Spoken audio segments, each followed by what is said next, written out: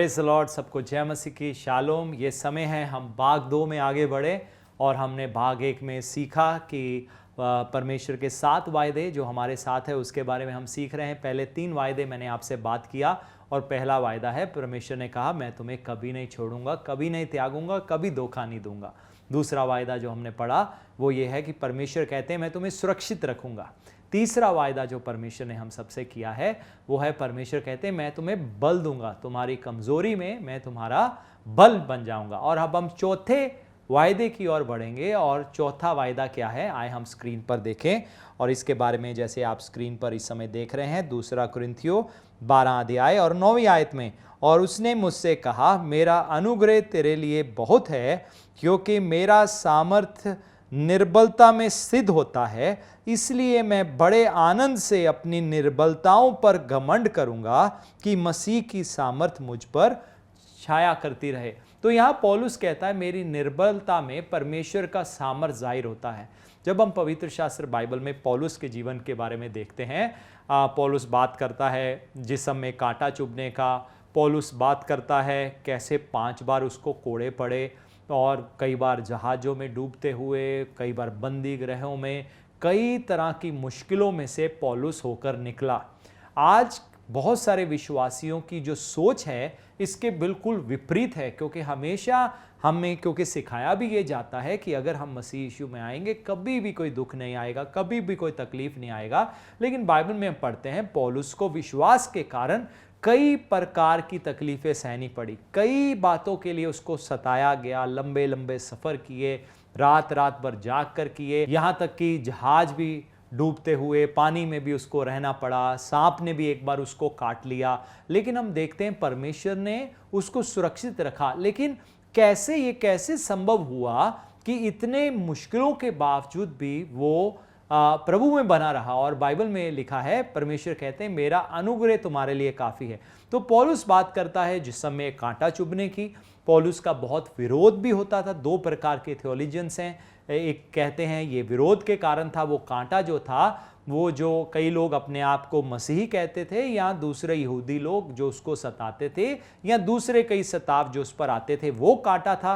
कई लोग कहते हैं कि कोई जिस्मानी रोग था। लेकिन मैं समझता हूं पौलुस यहां पर विरोधियों की बात कर रहा है, क्योंकि अक्सर उसको कई तरह के दुख और तकलीफ अपने जिस्म में उठाने पड़े और कई बार उसको बहुत बुरी तरह पीटा भी गया। एक बार इतनी बुरी तरह पीटा कि लोगों को लगा कि अब ये मर गया है। लेकिन बाइबल में लिखा है पौलुस उठा, खड़ा हुआ और जाकर परमेश्वर की सेवा करना शुरू हो गया। तो पौलुस ने परमेश्वर से कहा प्रभु ये विरोध और ये सब चीज़ें और ये मुश्किलें जो बार बार रास्ते में आती, बेशक आपने मुझे हारने नहीं दिया, लेकिन होने दो प्रभु, ये हमेशा के लिए हट जाए। तो हम देखते हैं परमेश्वर ने उसको हटाया नहीं, लेकिन परमेश्वर ने कहा मेरा अनुग्रह तेरे लिए काफी। उन मुश्किलों में से गुजारते हुए परमेश्वर ने अपनी सामर्थ को जाहिर किया। पौलुस की कमजोरी के बीच में परमेश्वर की सामर्थ जाहिर हुई। सो परमेश्वर ने के अनुग्रह के द्वारा, बाइबल में लिखा है हम अनुग्रह के द्वारा बचाए गए, लेकिन यही अनुग्रह हमें सामर्थ देता है कि मुश्किलों में भी हम परमेश्वर को थाम कर रखें। बहुत सारे लोग सिर्फ सुख में या खुशी में ही परमेश्वर को थाम कर रखते हैं, लेकिन हमें पौलुस की जिंदगी के उदाहरण को देखना है, मुश्किल में भी थाम कर रखना है। अगर हम बाइबल में पढ़े पौलुस किस प्रकार का व्यक्ति था, ये पहले शाऊल कहलाता था और ये मसीह की कलीसिया को सताने वाला था। लेकिन एक दिन आया जब प्रभु ने इसके जीवन को बचा लिया, इसकी जिंदगी को बदल दिया। इसने प्रभु के लिए एक बहुत बड़े कीमत को भरा और कीमत भरने से डरा नहीं। क्यों? क्योंकि परमेश्वर का अनुग्रह इसके लिए काफी था। कई बार होता है एक विश्वासी जन के जीवन में एक के बाद दूसरी मुश्किल, दूसरी के बाद तीसरी मुश्किल, लेकिन जब परमेश्वर का अनुग्रह आपकी जिंदगी में उतर जाएगा फिर मुश्किल आपको मुश्किल नहीं लगेगी। बाइबल में पढ़ते हैं ये ऐसा अनुग्रह है जो पौलुस की जिंदगी में था कि जब ये बंदी गृह में था, जब इसका समय भी निकट आया, इसको पता था मैं मसीह के नाम की खातिर मारा जाऊंगा। क्या खत में लिखता है? खत में लिखता है आनंदित रहो, सदा आनंदित रहो। मैं फिर से कहता हूं आनंदित रहो। ये कैसे संभव है जब एक व्यक्ति इतनी मुश्किल से होकर गुजरा है लेकिन उसके बावजूद लोगों को कह रहा है आनंदित रहो? ये संभव है जब परमेश्वर का अनुग्रह आपके जिंदगी के ऊपर होगा। आज दुनिया में ऐसे लोग हैं जो कई बार अपने जीवन में ऐसे समयों से गुजरते हैं जब उनके जीवन में कोई भी दुख नहीं होता, कोई बीमारी नहीं है, पैसा है, बड़ी गाड़ी है, धन दौलत है, नाम है, शान है। ऐसे पीरियड भी उनकी लाइफ में होते हैं जब वो अपनी जिंदगी के बारे में सोचे उनको कोई दुख दिखाई नहीं देता, लेकिन उसके बावजूद उनके पास आनंद नहीं है, उसके बावजूद उनके अंदर परमेश्वर की शांति नहीं है। तो परमेश्वर का अनुग्रह क्या है? मुश्किलों के बावजूद, तूफानों के बावजूद हम उस शांति में और उस आनंद में बने रहते हैं जो संसार बना नहीं रहता। संसार के ऊपर यह फजल नहीं हुआ, संसार के ऊपर यह कृपा नहीं हुआ, आपके ऊपर हुआ है। जिन्होंने यीशु मसीह की खुशखबरी को कबूल किया है, जिन्होंने विश्वास किया है यीशु इस दुनिया में मेरे लिए आए, मरे और तीसरे दिन जी उठे, उनको परमेश्वर ने अनुग्रह भी दिया है हर हालात के बीच में शांति और आनंद में बने रहने का। हालेलुया। जो पांचवा वायदा जो परमेश्वर ने अपने वचन में किया है उसके बारे में हम पवित्र शास्त्र बाइबल में पढ़ते हैं। पहला यूहन्ना एक पहला अध्याय और 9वीं आयत, जैसे आप पहले ही स्क्रीन पर देख रहे हैं, यहाँ पर लिखा है, यदि हम अपने पापों को मान ले तो वह हमारे पापों को क्षमा करने और हमें सब अधर्म से शुद्ध करने में विश्वास योग्य और धर्मी है। तो अगला वायदा क्या है?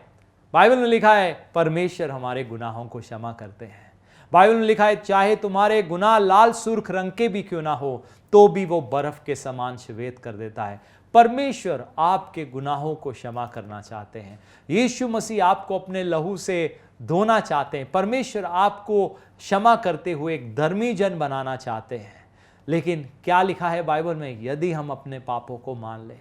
ये परमेश्वर का वायदा है। मायने नहीं आपने कितने भी जिंदगी में गुनाह क्यों ना किए हों, परमेश्वर आपको क्षमा करना चाहते हैं। एक दिन प्रभु यीशु मसीह का बहुत ही प्रिय चेला जिसका नाम था स्टीफनुस, एक नौजवान लड़का, 18-19 साल के करीब उसकी उम्र थी, अपनी जवानी में था, प्रभु यीशु मसीह का सुसमाचार का प्रचार करता था, कैसे लोगों को प्रभु के बारे में बताता था, सेवकाई करता था। ये 7 उन लोगों में था जिनको प्रार्थना के द्वारा चुना गया। पवित्र आत्मा की छाप इसके जीवन के ऊपर थी, अद्भुत चिन्ह और चमत्कार होते थे। लेकिन एक दिन शाऊल नाम के व्यक्ति ने, जो बाद में पौलुस कहलाया, इसको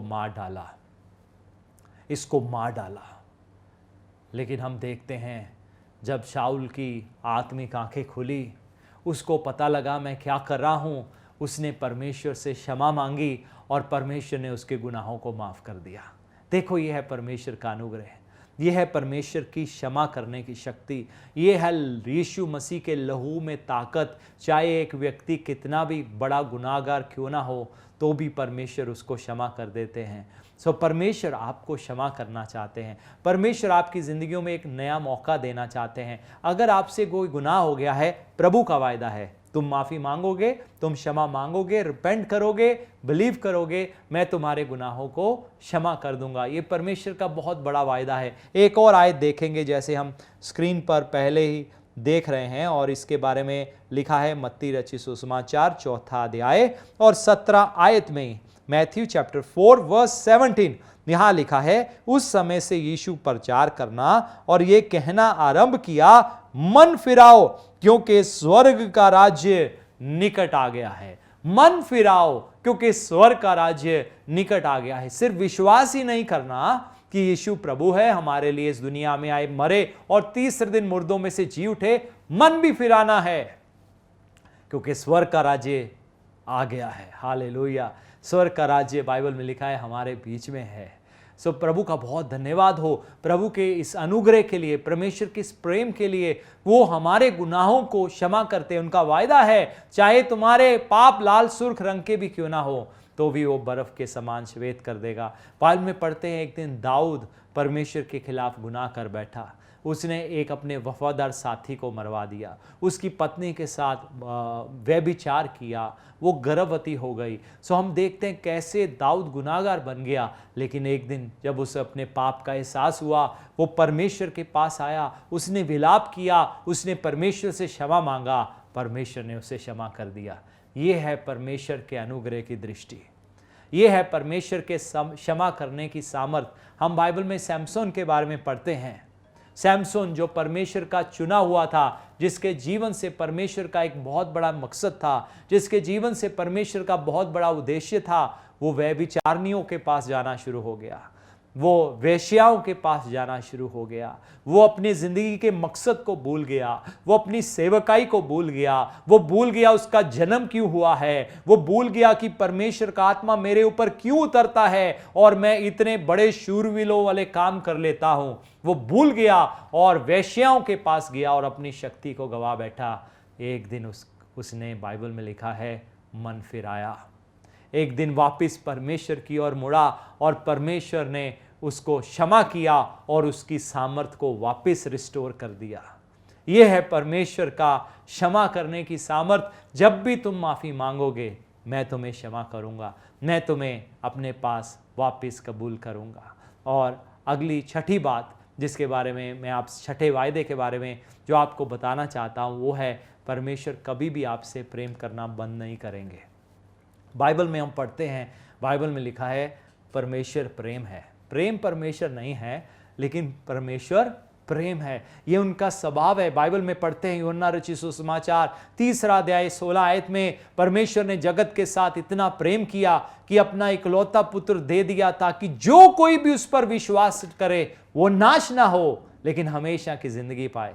प्रभु यीशु मसीह परमेश्वर के प्रेम का एक सबूत है। वो क्रूस पर हम सबके लिए गए, उन्होंने अपना लहू बहाया, अपना जान दिया ताकि उस प्रेम को जानते हुए हम उस प्रेम पर विश्वास कर लें और उस प्रेम के द्वारा क्षमा पाते हुए परमेश्वर के साथ एक नए जीवन में आगे बढ़ सके। परमेश्वर प्रेम है। रोमियो 5:8 में लिखा है, जब हम पापी ही थे मसीह हमारे लिए मरा। प्रभु यीशु मसीह ने हमारे लिए क्रूस पर अपना जान दे दिया। मालूम कब दिया? जब हम पापी ही थे। जब हम धर्मी बन गए तब नहीं किया।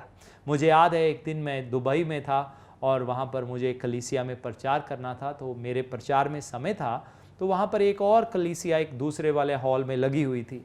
तो वहाँ पर मैं पीछे जाकर बैठ गया और वहाँ पर एक प्रचारिका प्रचार कर रही थी और कह रही थी कि अगर तुम लोग प्रभु से प्रेम करोगे तो प्रभु भी तुमसे प्रेम करेंगे।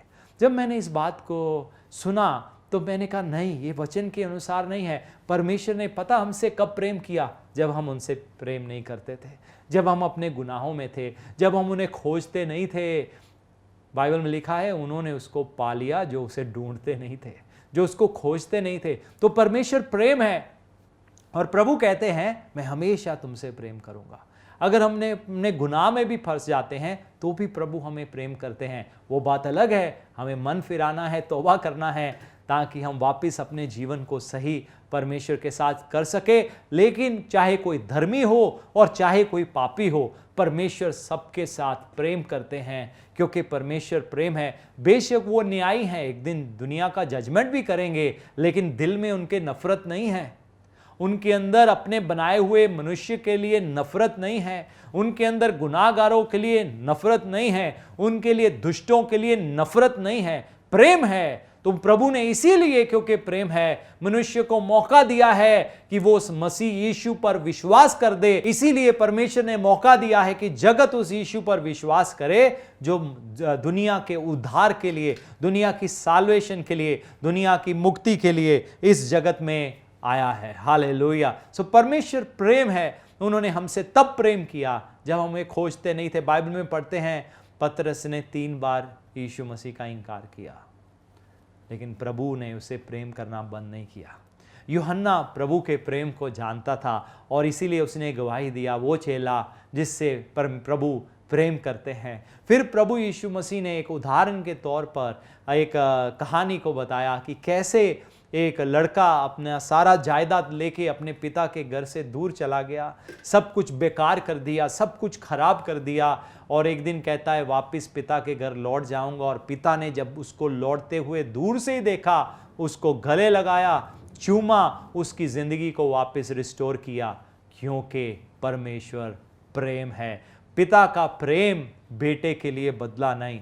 आज परमेश्वर इस जगत से प्रेम करते हैं, परमेश्वर आपसे प्रेम करते हैं। आप अगर गुनाह में चले जाते हो फिर भी प्रेम करते हैं, वो बात अलग है। हमें मन फिरा कर, तौबा करके, रिपेंट करके वापस परमेश्वर के साथ अपने रिश्ते में आगे बढ़ना है, अपने साल्वेशन की खातिर, उद्धार की खातिर, क्योंकि हम नहीं चाहते कि हम अपने हृदय को कठोर करके परमेश्वर के अनुग्रह की दृष्टि से गिर जाएं।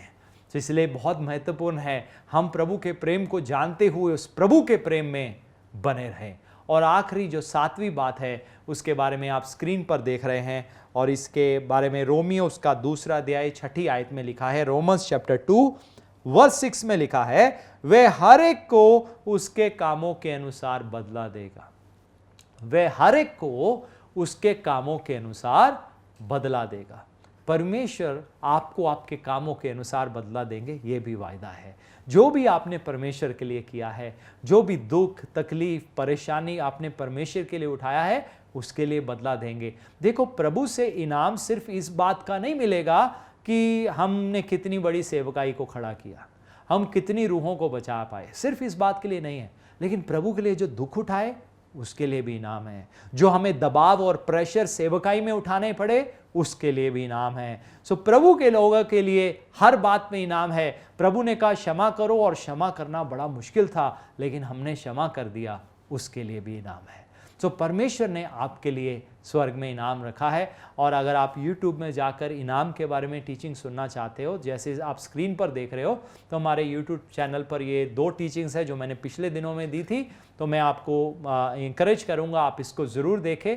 एक है मुकुटों के ऊपर और 5 टाइप्स ऑफ क्राउन्स, और उसके बाद जो मोर देन कॉन्करर्स, यहाँ जो जय पाए हुए लोग हैं उनके लिए क्या रिवॉर्ड है। तो ये दोनों शिक्षाएं YouTube पर मौजूद है, जिसके बारे में आप सुन सकते हैं, देख सकते हैं, नोट्स बना सकते हैं और दूसरों को सिखा सकते हैं। क्योंकि हमारे लिए बहुत महत्वपूर्ण है कि हम स्वर्गीय वस्तुओं के ऊपर मन लगाए रखें, क्योंकि यही परमेश्वर के वचन में हमें सिखाया गया है।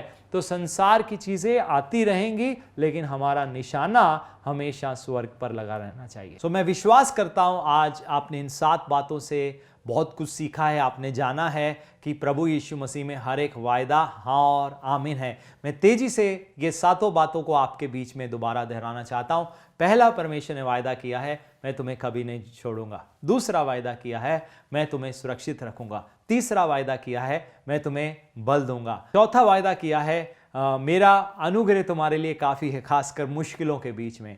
5वां वायदा किया है मैं तुम्हारे गुनाहों को क्षमा करूंगा। 6ठा वायदा किया है मैं तुमसे कभी भी प्रेम करना बंद नहीं करूंगा। और 7वां वायदा किया है एक दिन मैं तुम्हें कामों का प्रतिफल दूंगा। और आए ये समय है, हम आखिर में उन लोगों के लिए प्रार्थना करेंगे, क्योंकि बहुत सारे लोगों ने कमेंट बॉक्स में अपनी रिक्वेस्ट भेजी हैं, प्रेयर रिक्वेस्ट भेजी हैं, और कुछ लोग ऐसे भी हैं जिनको प्रार्थनाओं की ज़रूरत है। तो मिलकर प्रार्थना करेंगे। मैं चाहता हूं आप सब लोग इस समय जुड़ जाएं। हो सकता है तो अन्य भाषा में प्रार्थना करना शुरू हो जाएं। रिखा रहा सिखिया, ऊ रहा माथिया रहा थिया रहा शिखिया। पिता, मैं धन्यवाद करता हूं आपके लोगों के लिए, इनकी ज़रूरतों के लिए। आज जो भी आपके लोगों की ज़रूरतें हैं यीशु मसीह के नाम से पूरी हो जाएं। मैं प्रार्थना करता हूं लोगों के लिए जो बीमारी में है, तकलीफ में है, जो फाइनेंशियल तंगी में है, पैसे की आर्थिक तंगी है, प्रभु जिनको नौकरी नहीं है, प्रभु जिनके घर में लड़ाई झगड़े चल रहे हैं, आपसी पति पत्नी के रिश्ते बिगड़े हुए हैं, सेवकाई में ब्रेक थ्रू नहीं मिल रहा, प्रभु जो भी क्षेत्र है प्रभु, क्योंकि आप इनके साथ हैं, होने दे अब से लेकर ये अपने जीवन में सफलता को, कामयाबी को अनुभव करने पाए। यीशु मसीह के नाम से बीमारों के ऊपर, के जिस्मों के ऊपर मैं चंगाई बोलता हूं, परिवारों के ऊपर मैं शांति बोलता हूं। होने दे परमेश्वर, जो प्रेम है आपका प्रेम इनकी जिंदगियों में बहने पाए। प्रभु जो कोई भी पाप के बंधन में फंसा हुआ है, होने दे आज आपकी ओर मुंह करके अपने गुनाह को मानते हुए यीशु मसीह के नाम से हर तरह के गुनाह से, हर तरह के बंधन से छुटकारा पा जाए। आपका धन्यवाद सारी बातों के लिए। आपके नाम को महिमा देता हूं यीशु मसीह के नाम में, आमीन।